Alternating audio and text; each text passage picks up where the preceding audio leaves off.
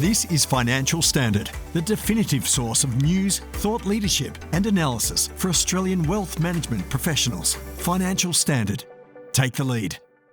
Welcome to the Financial Standard podcast. I'm your host, Karen Vergara, a senior journalist at Financial Standard. The Trilateral Defence Pact between Australia, the UK and the US, otherwise known as AUKUS, has been making headline news since 15th of September 2021, when the partnership was sealed. AUKUS will reportedly cost Australia between $250 billion and $370 billion. But what exactly is AUKUS? And what impact will it have on the Australian economy? To provide an explainer, John Quiggin, the Professor of Economics at the University of Queensland, joins us. John, welcome. Good morning, Karen.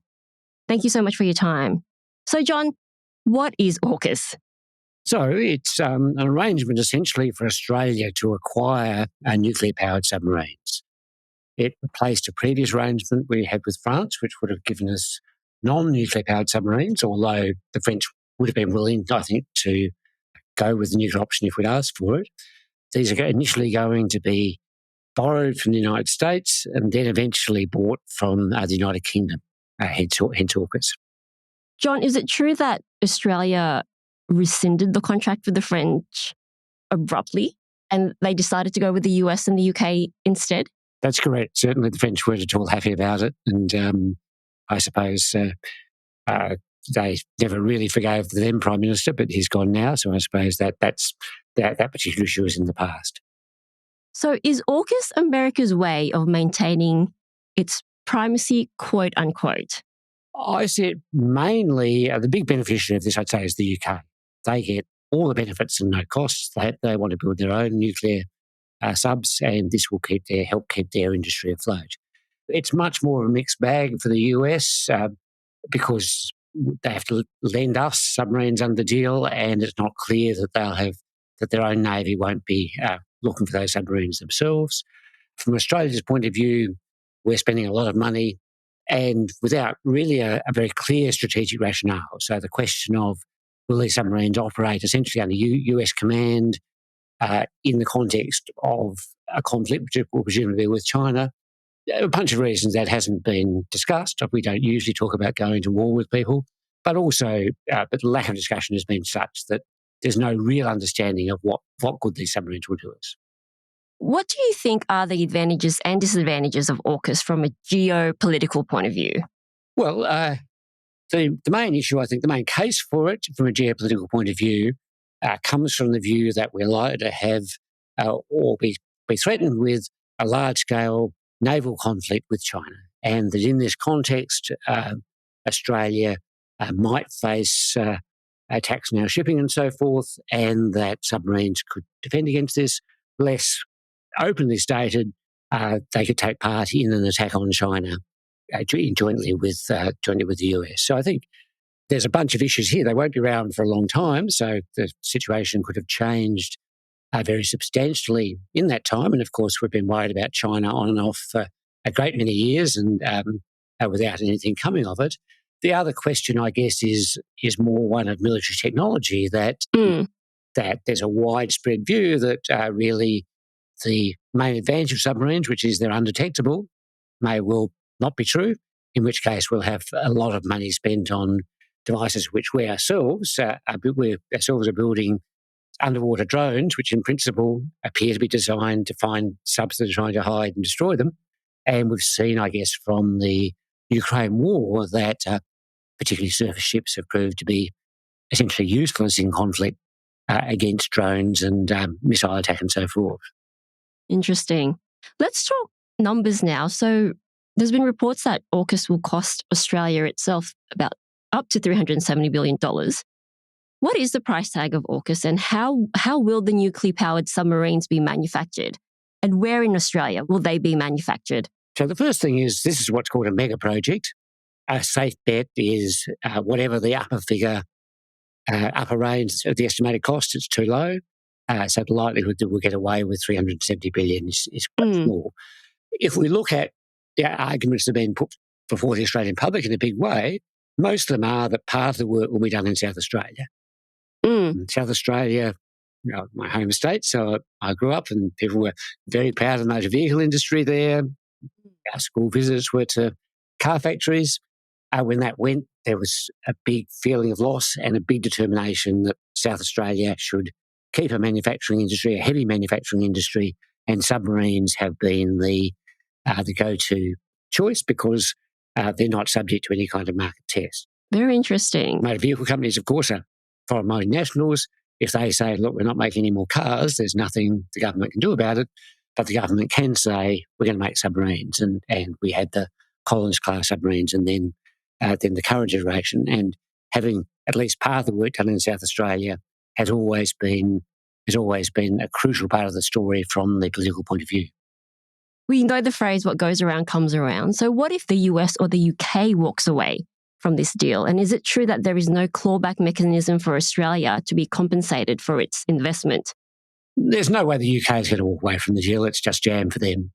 They're getting our money to build submarines. So the UK is, except if they made the radical decision that they were going to get out of the nuclear submarines business, there's no way that they would pull out. But the US, potentially, there's a bunch of reasons why they might choose to act differently.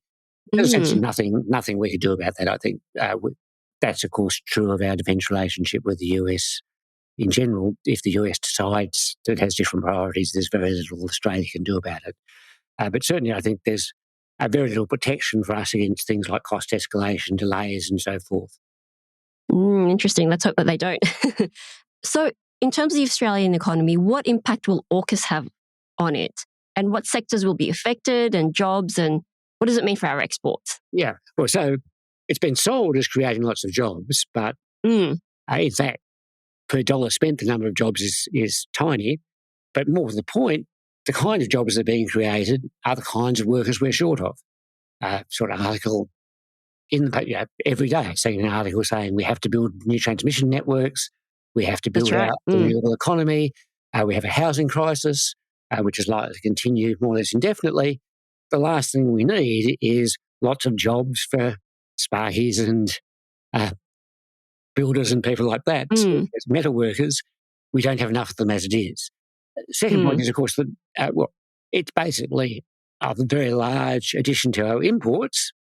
So we'll, in some sense, have to export more for that, but we won't see, as a country, a net benefit because our money will be spent on this project at the expense partly of other things that could be in the defence budget, but additionally either at the expense of health and education services or else at the expense of higher taxes.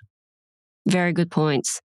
Finally, John, what does AUKUS mean for Australia's trade relations with China, which you mentioned earlier, or relationship overall?